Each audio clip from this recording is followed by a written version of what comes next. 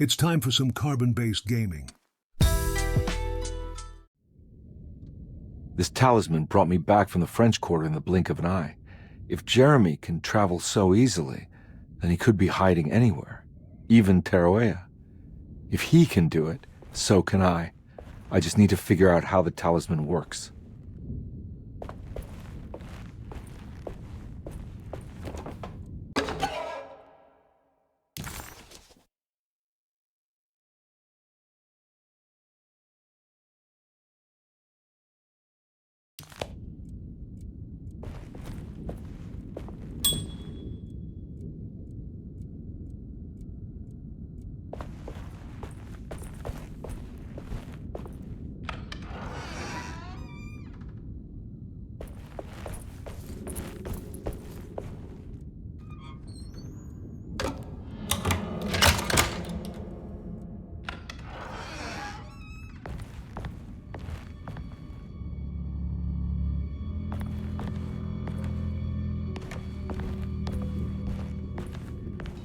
I need the key.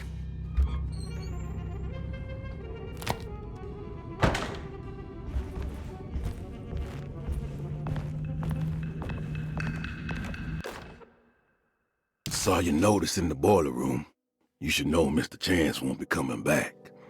I got no business being in there myself, but you can take a valve from the wine cellar if you want to try to stop the steam pouring out. Be careful.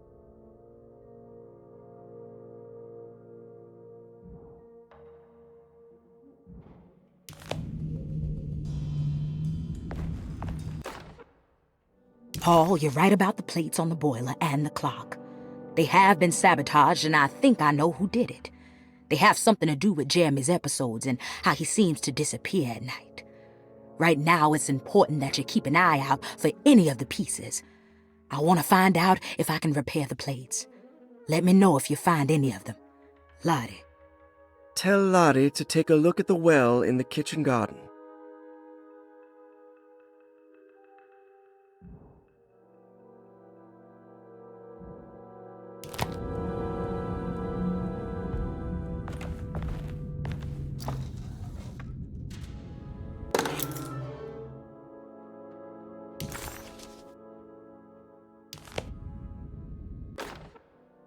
Dr. Elmore Lee Gray is Derceto's chief doctor.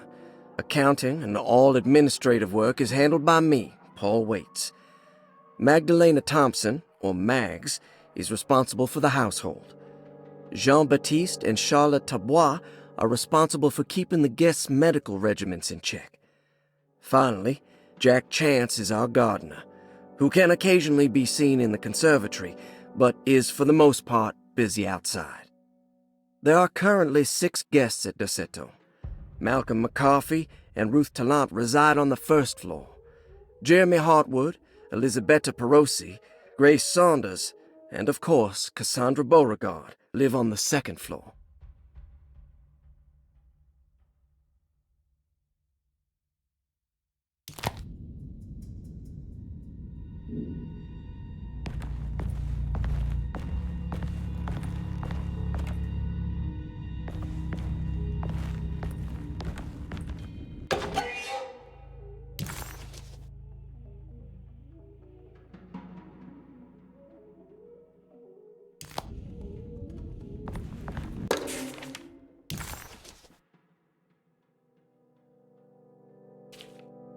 Cassandra Beauregard, the beloved author.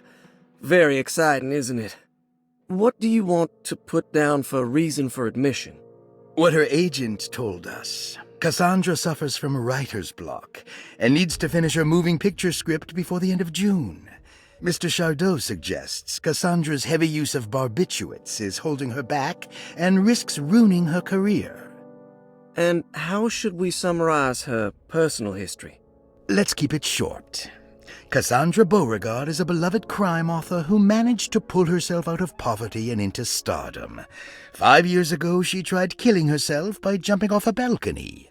The incident left her a cripple and now relies heavily on her wheelchair. And for diagnostic impressions? Cassandra suffers chronic back pain following her suicide attempt. She self-administers morphine to keep herself ambulant, but has become addicted and the desired effect is now lost. The drug abuse clouds her mind, and she is unable to focus on real life. To save herself from this insight, she instead makes up stories to fill out the gaps in her own thought process, resembling the Korsakoff syndrome. Oh, bravo, Doctor. How will you treat her? First of all, she needs to be weaned from her drug addiction, and hopefully it will resolve her compulsive lying. Then look into permanently numbing her pain in her back through surgery. Finally, deal with her suicidal thoughts. Fantastic. With such a short time before June, I really hope she gets better soon. We will... Grace Saunders, 11 years old. Reason for admission? The mother insists on strict supervision by a proper gentleman to avoid further perversion of Grace's adolescence. Personal history? Grace's family possesses modest wealth and status. Her childhood seems ordinary, spending most of her time with private teachers and family friends. Grace's father recently passed away, leaving her mother the sole caregiver. And diagnostic impressions? Grace has trouble dealing with her father's death. She is willingly suppressing her feelings on the matter and isn't properly acknowledging the trauma she suffered. Any planned treatment? Grace needs nothing out of the ordinary. She simply needs parental guidance. Eventually, we can work on her feelings toward her father. Thank you, Doctor. I'll finish the paperwork and get her installed. Malcolm McCarthy, 54 years of age. Reason for admission? McCarthy admitted himself to Derceto, stating simply that he needs some damn rest. And personal history? McCarthy claims he used to work as a lawyer in Baton Rouge, but says he can't go into details because of some legal dispute. His background remains largely a mystery, except for the occasional clue that he drops in conversation. Huh. And diagnostic impressions? McCarthy is an anxious man and an alcoholic. He often tells half-truths due to some deep-seated inability to trust other people. And how will you treat that? McCarthy will take some time to open up. Spending time with Jack's dog or the child should be good for him. Their harmless nature will help build his sense of trust. Thank you, Doctor. Elisabetta Perosi, 33 years old? What should I put down as reason for admission? Well, Perosi broke into Derceto and was found wandering the grand parlor. She was confused and suffered partial amnesia. She insisted she belonged here and offered to pay for her stay. Right. What do you make of her story? Perosi claims to have been a member of the Astarte artist colony some 20 years ago, a claim that seems contrafactual due to her young age. She looks to be and even thinks she is 33 years of age. That would make her a child at the time. It seems fair to say that Perosi's story is untrue, deliberately so or not. Diagnostic impressions? Do you have anything? Perosi's story is peculiar because she retracted her story about the artist colony. She no longer claims to be the same person as Elisabetta Perosi. However, my staff's research has confirmed there was a Perosi at that time who was in her early 30s. I suppose this case will take some time to investigate. How will you go about it? I wanted to contact the real Perosi, but it seems the whole colony disappeared one night. September 29th, 1915, during a hurricane. I will have to take it slow and figure out what this spell of impersonation could have been. Oh, I'm sure it will all clear up eventually. Thank you, Doctor. Ruth Talon, 29 years of age. Reason for admission? Ruth's father wishes that his daughter be removed from New Orleans nightlife for the foreseeable future. He fears that her overly free spirit is tarnishing the family's reputation. Sounds simple enough. Personal history? Ruth comes from considerable wealth. Her family owns several hotels and restaurants. Unlike the rest of the family, her sense of adventure has taken her around the world, including France during the Great War as a photojournalist. The last decade, she has provoked many rumors of being a debauched flapper, bordering on nymphomania. And diagnostic impressions? Despite her father's frivolous reasons for her to be admitted, Ruth does seem to provide an interesting case. She is refreshingly open and doesn't shy away from talking about her life during the war or her continuous celebration after returning to the States. She is admittedly a sexual deviant and feels no remorse. And her treatment plan? Simply staying at Derceto should do wonders for Ruth. If not, at least for her family's reputation. Ruth doesn't need to change, but with therapy I might be able to share with her some sympathy towards her family. I doubt she will settle down and become as dull as the rest of them, but at least she might try to be more discreet in the future. Looks like all the patients are accounted for, except for Jeremy. There's no way I can get into this thing. Better leave it alone.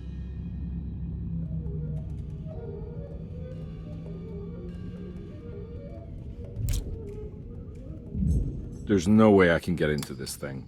Better leave it alone.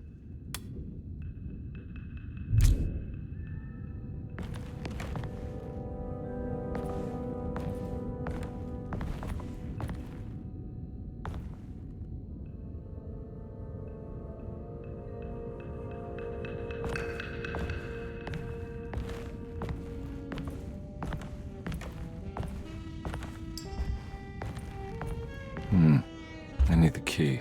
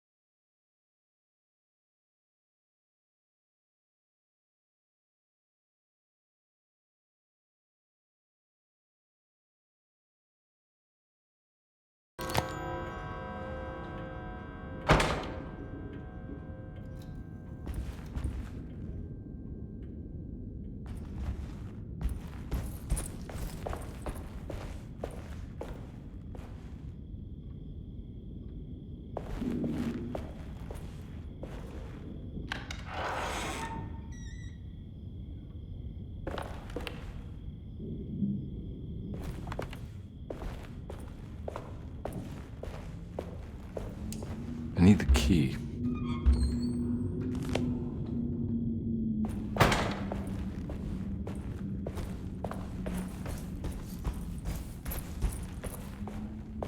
I'm not gonna walk out of this now. I need to help Emily save her uncle.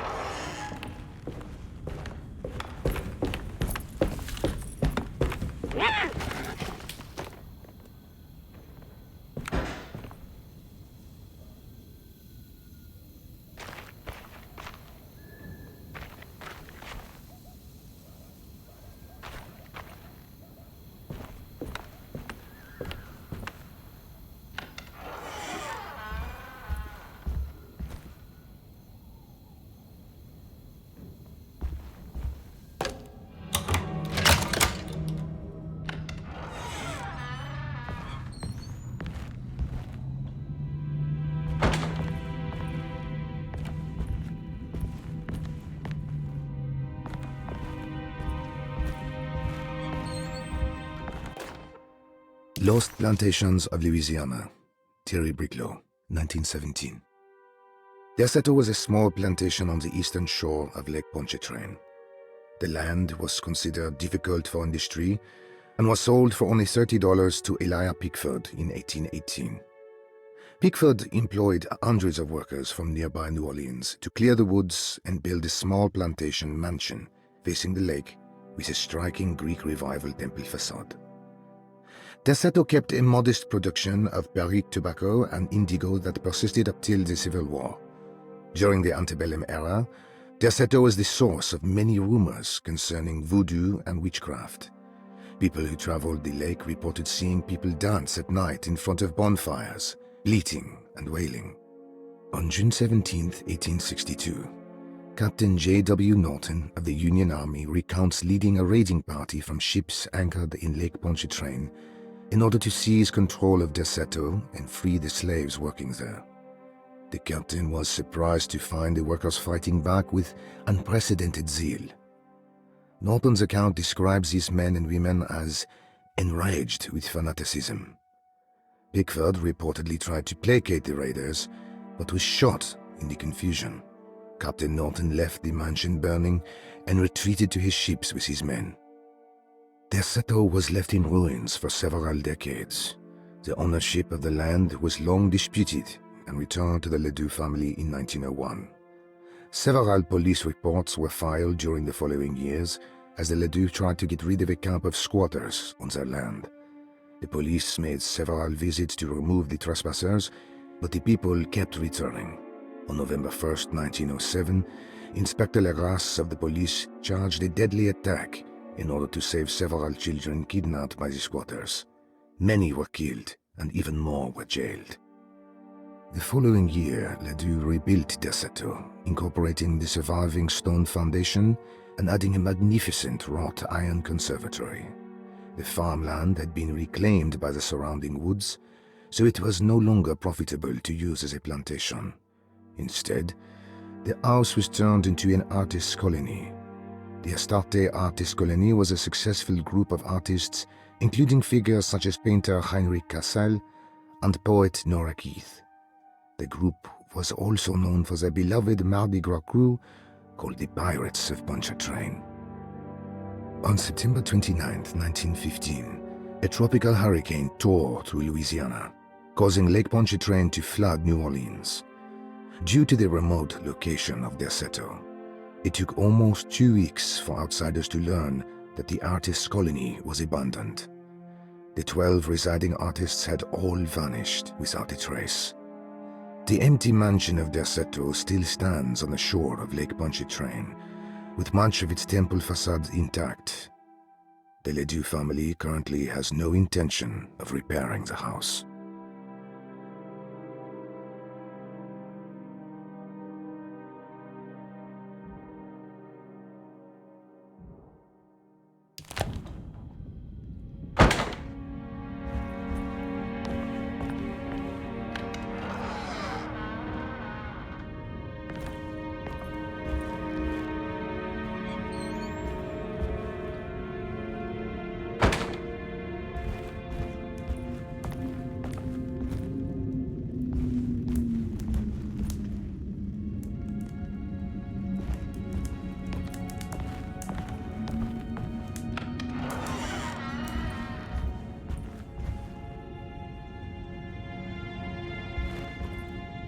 Ooh.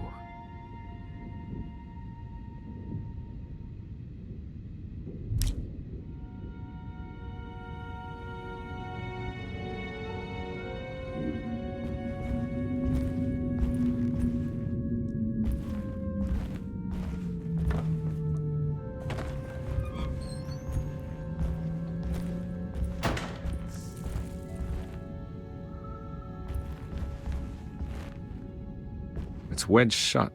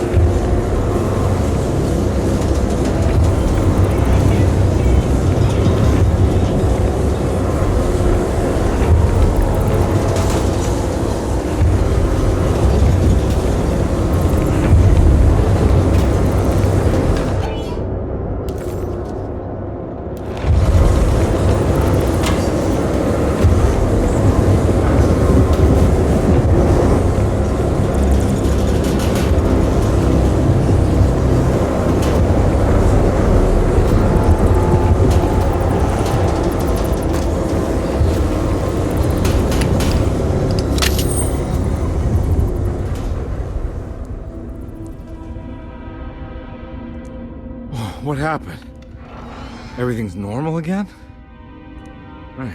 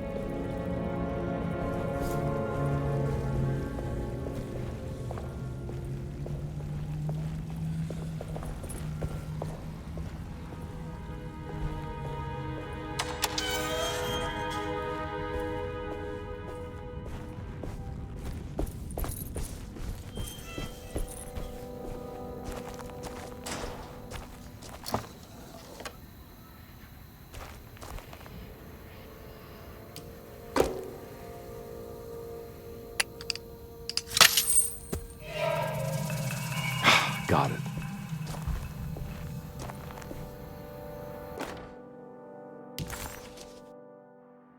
Nice.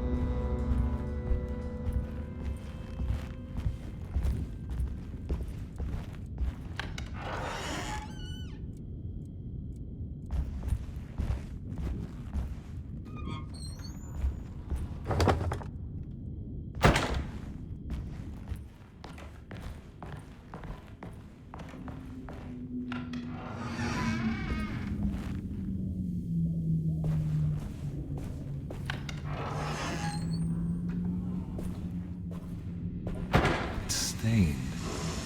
Looks like it's another plate for the talisman. Like the other one, it's broken and missing some pieces.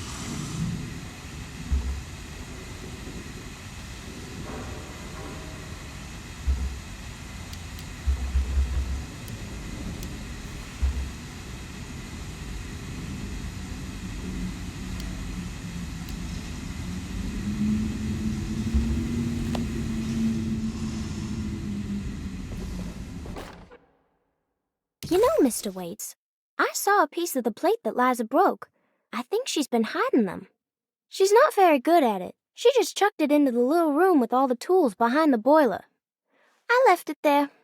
I didn't want to embarrass her by picking it up while she was looking. We went upstairs instead and played backgammon. I let her win, because she's so unhappy. The piece looked like the one on display in Cassandra's room. You know about that one already, right? Or is your eyesight really that fuzzy? I hope you don't feel bad about your glasses. You only look stupid when you squint. Maybe if you had more eyes, you would see these things. I wish you had all the eyes you needed. Your best and favorite guest, Grace.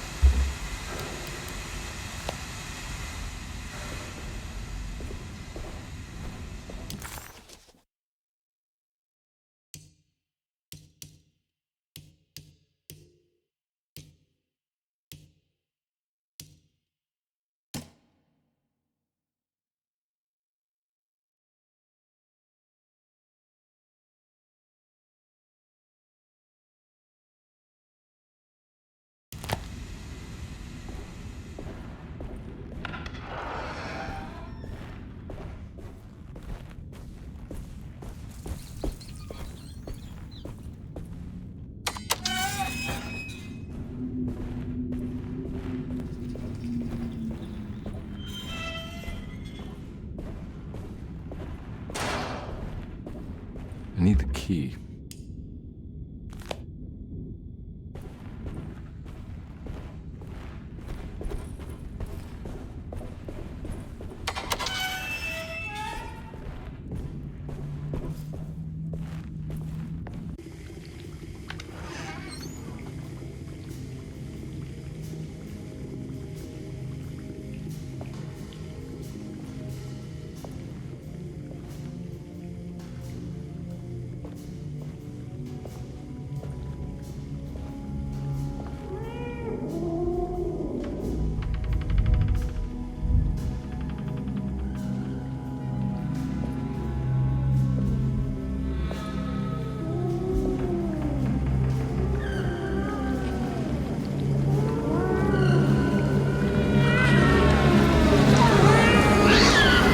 What are you doing in my kitchen?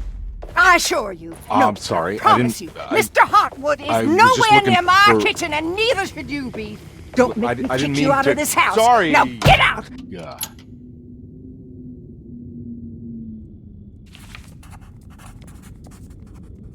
Carnby was in shock, but also a little embarrassed. The housekeeper was furious to find him searching through the kitchen and had run him out of the room. There was something strange going on with her, but it didn't feel connected to the case, so he decided to stay out of her way. While Detective Carnby was grateful to be back at Derceto, he was eager to test his hypothesis. After having suffered through that sinister world, dressed as the French Quarter, Jeremy's writing could be read much more literally. What if Jeremy used his talisman to actually visit those places he mentioned in the book? Carnby felt certain that this was the answer. He wouldn't find Jeremy hiding inside Derceto. He would be in one of those other worlds. And to follow in his steps, Carnby would have to investigate the old clock and the boiler and find out what part they played.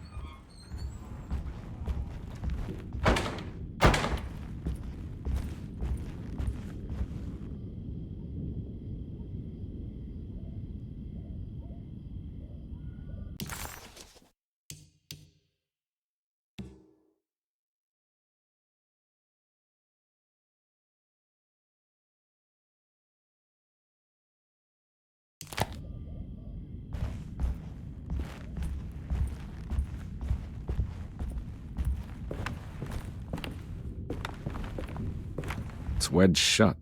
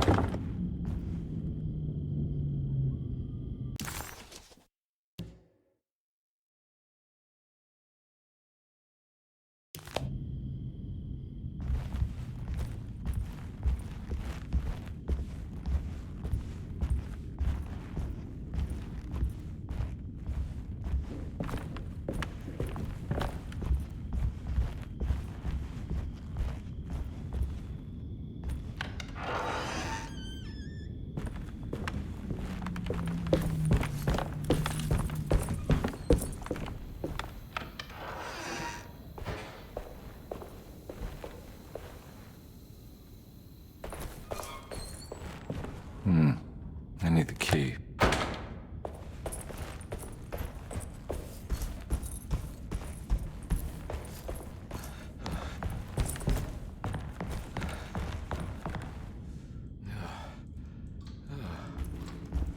Oh.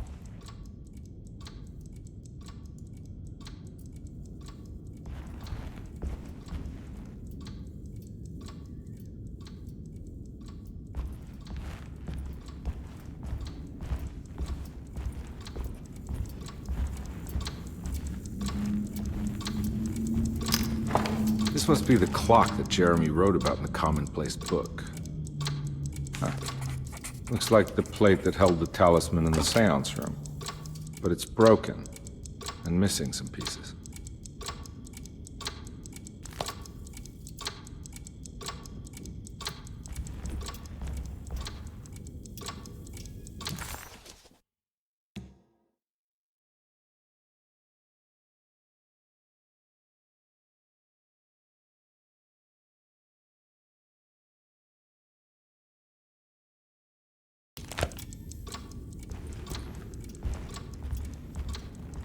I need the key.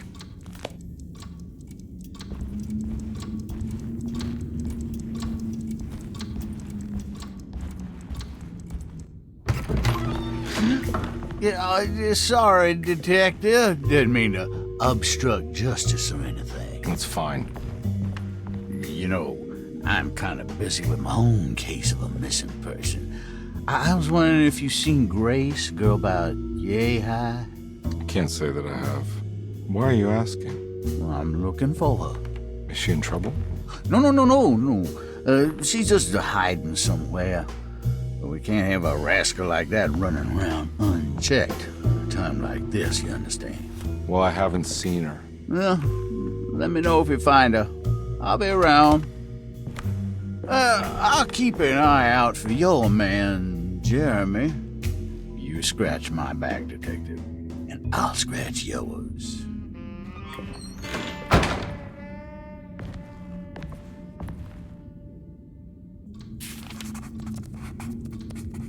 McCarthy reminded Detective Carnby of an old barfly he used to know. He detested him. There was no getting around it. McCarthy was going to have a hard time getting on his good side.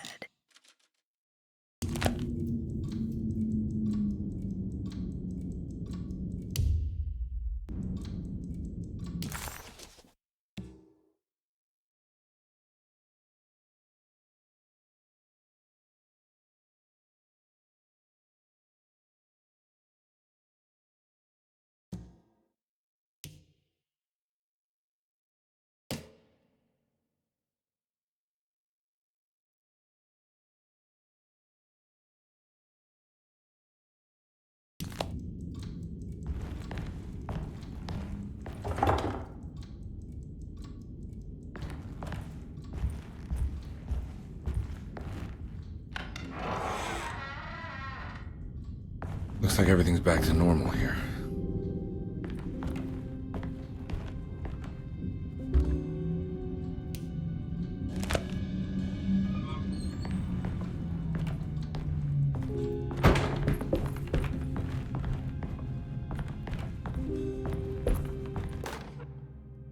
he's here.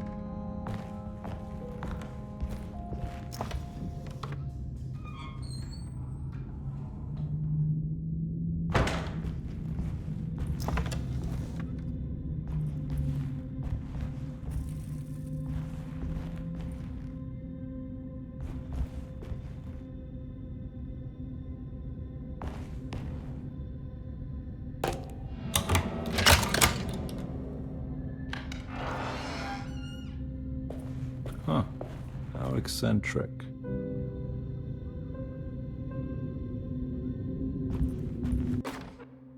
I did it! I crossed the thresholds to my intended destination without a focusing device. My talisman now knows these roads, and I have no need for the plates. I can find my way to Lafayette as easy as I find my own room. I visited the grave of my father and seen the oven waiting for me. Thank you for opening these doors. I now must summon my courage and go back to that hateful mound outside the oil rig. I hope you'll be feeling better when I return. Jeremy.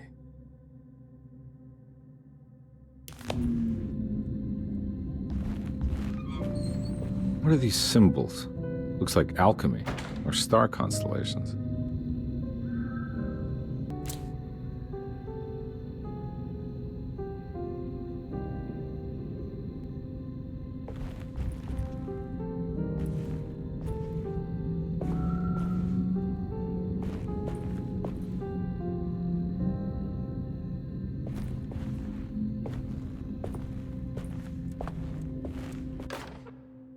Will I need to remember how to get them out again?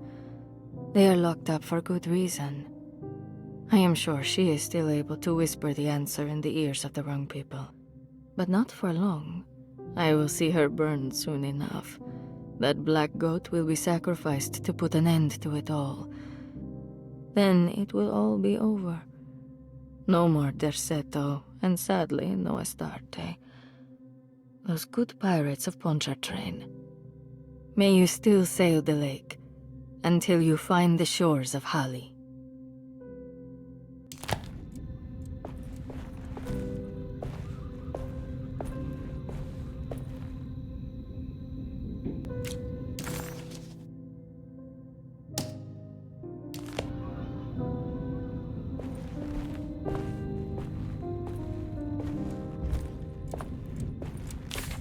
The Astarte Artist Colony.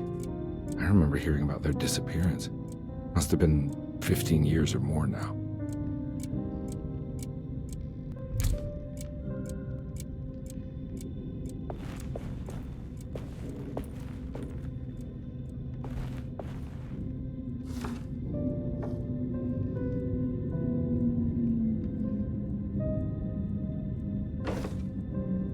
These paintings got some grim-looking rot on them.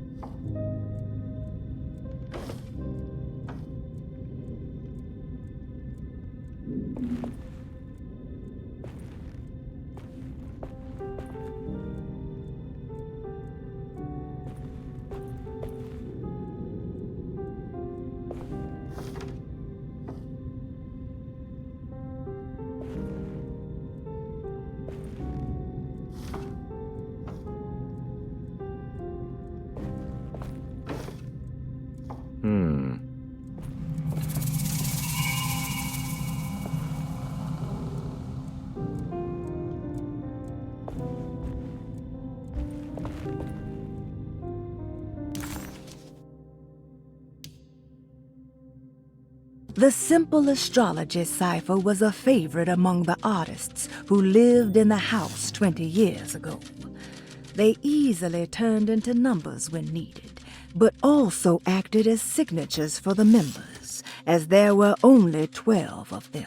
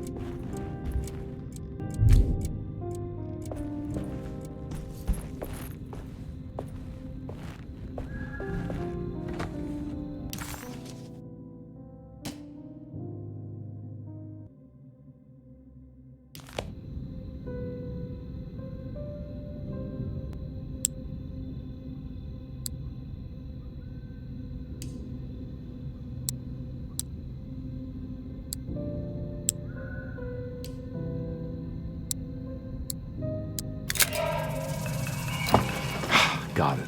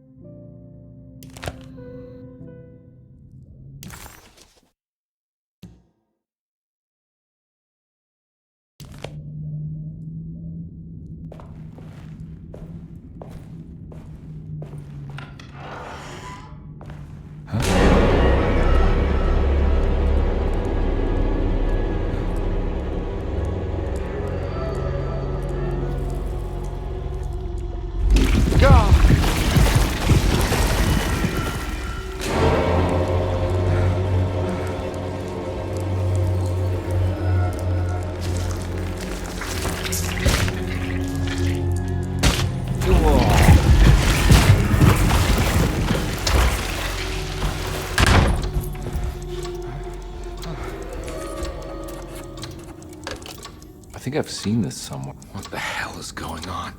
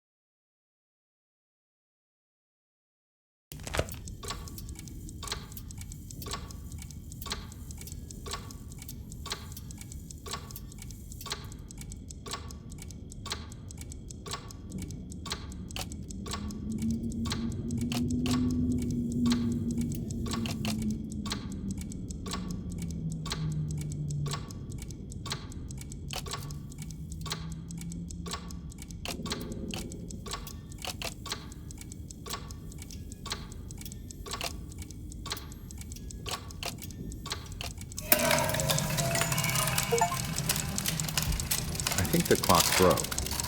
Or maybe it just stopped at a very precise place.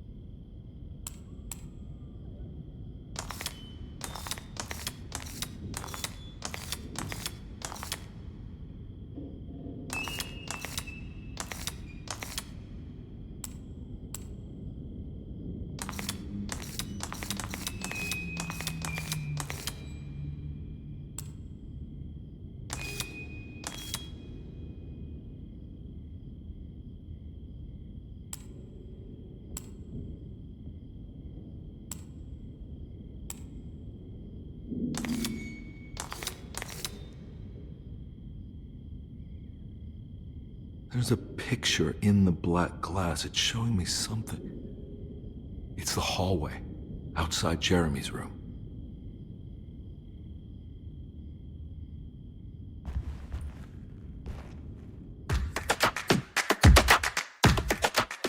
If you enjoyed that video, please like and subscribe for more.